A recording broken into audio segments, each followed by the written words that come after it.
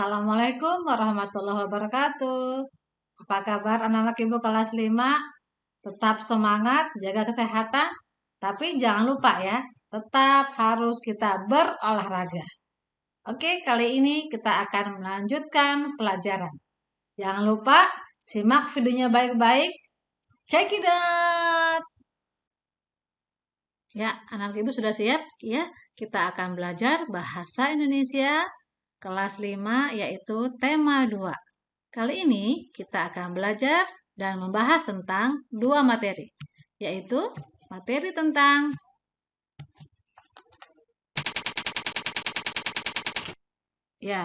ungkapan dan peribahasa ya.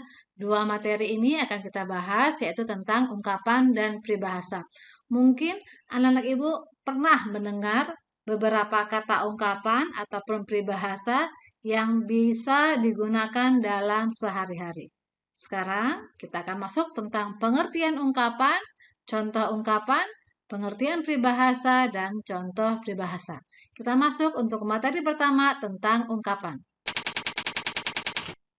Ya, ungkapan adalah gabungan kata yang membentuk arti baru.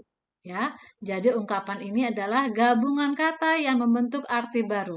Kalau gabungan kata berarti katanya lebih dari satu. Bisa dua kata, terdiri dari dua kata atau terdiri dari tiga kata. Dan kata tersebut mempunyai makna baru dan tidak dapat diartikan satu persatu. Artinya di sini anak ibu, andaikan dia memiliki dua kata atau tiga gabungan kata, anak ibu tidak mengartikan satu persatu berdasarkan kata, tetapi dia sudah membentuk sebuah makna baru dan memiliki arti baru. Kita lihat contohnya ya.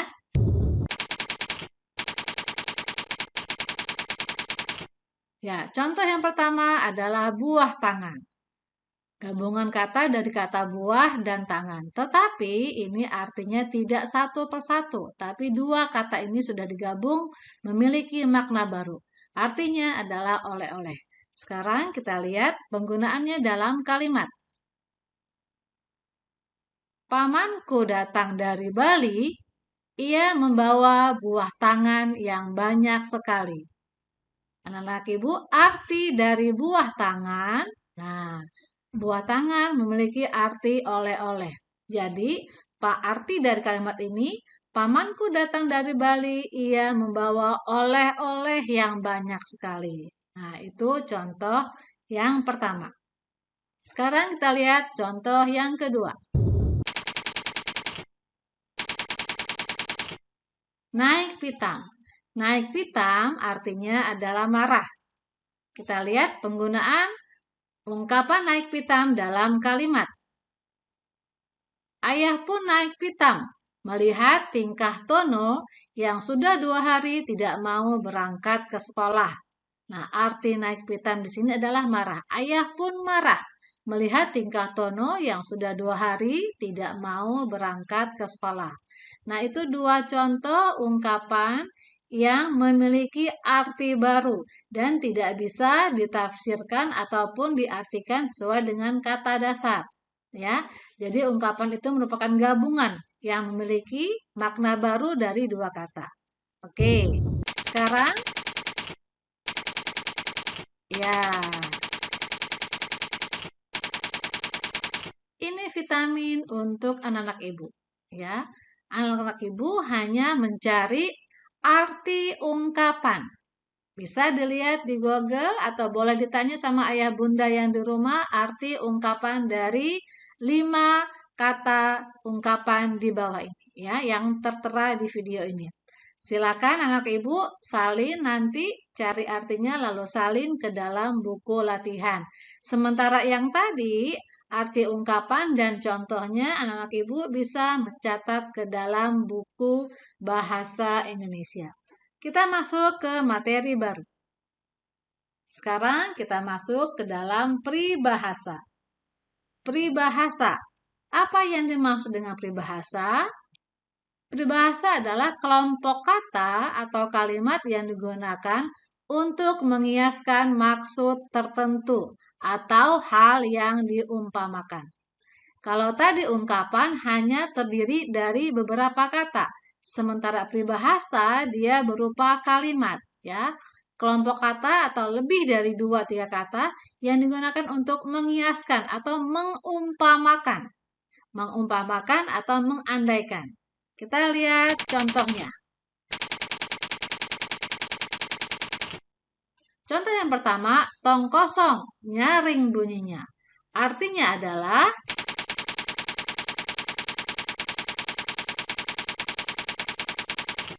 artinya adalah seseorang yang banyak berbicara tapi ternyata miskin ilmu.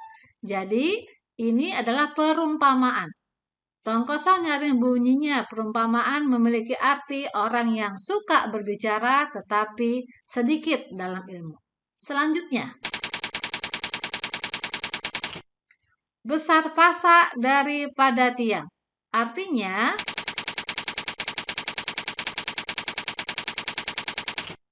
lebih banyak pengeluaran dari pemasukan. Nah, ini arti dari besar pasak daripada tiang. Sekarang kita lihat bagaimana peribahasa ini digunakan dalam kalimat. Ya, contoh penggunaan dalam kalimat. Yang pertama adalah besar pasak daripada tiang. Contoh penggunaan dalam kalimat adalah Pak Karno hidupnya sungguh sangat kesulitan dalam mengelola keuangan. Hal ini disebabkan karena besar pasak daripada tiang. Setiap harinya Pak Karno selalu bergaya hidup mewah, tidak sebanding dengan gaji yang diperolehnya. Nah, jadi ini adalah perumpamaan yang ada dalam kalimat di sini, yaitu memiliki arti bahwa Pak Karno lebih besar pengeluaran daripada pendapatan. Kenapa? Karena di sini Pak Karno bergaya hidup mewah, sementara gajinya hanya sedikit. Inilah perumpamaan yang bisa diberikan kepada Pak Karno, yaitu besar pasak daripada tiang. Nah, itu contoh dari penggunaan kalimat pada peribahasa. Ya, nah ini anak-anak ibu bisa mencari saja, ya, hanya mencari arti dari peribahasa. Ibu tidak minta kamu membuat kalimat. Kalimatnya nanti ya. Sekarang adalah mencari arti peribahasa di bawah ini.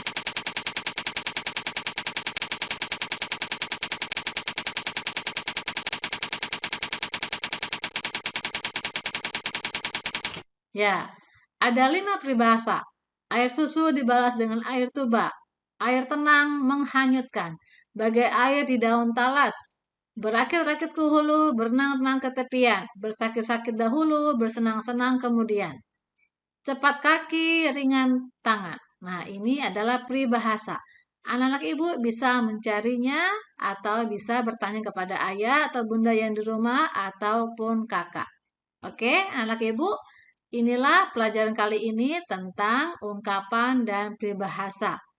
Semoga dari materi anak-anak ibu, dari materi yang ibu sampaikan di sini, anak-anak ibu bisa memahaminya. Boleh ditulis ke dalam buku catatan yang tadi, yang ungkapan dan peribahasa. Lalu latihannya silakan dikerjakan di buku latihan, yaitu hanya mencari. Soalnya ditulis ya, jangan sampai tidak ditulis. Oke, tetap semangat anak-anak ibu. Terima kasih untuk tontonannya. Jangan lupa like dan subscribe ya. Sampai bertemu, sampai berjumpa lagi pada pelajaran selanjutnya. Wassalamualaikum warahmatullahi wabarakatuh.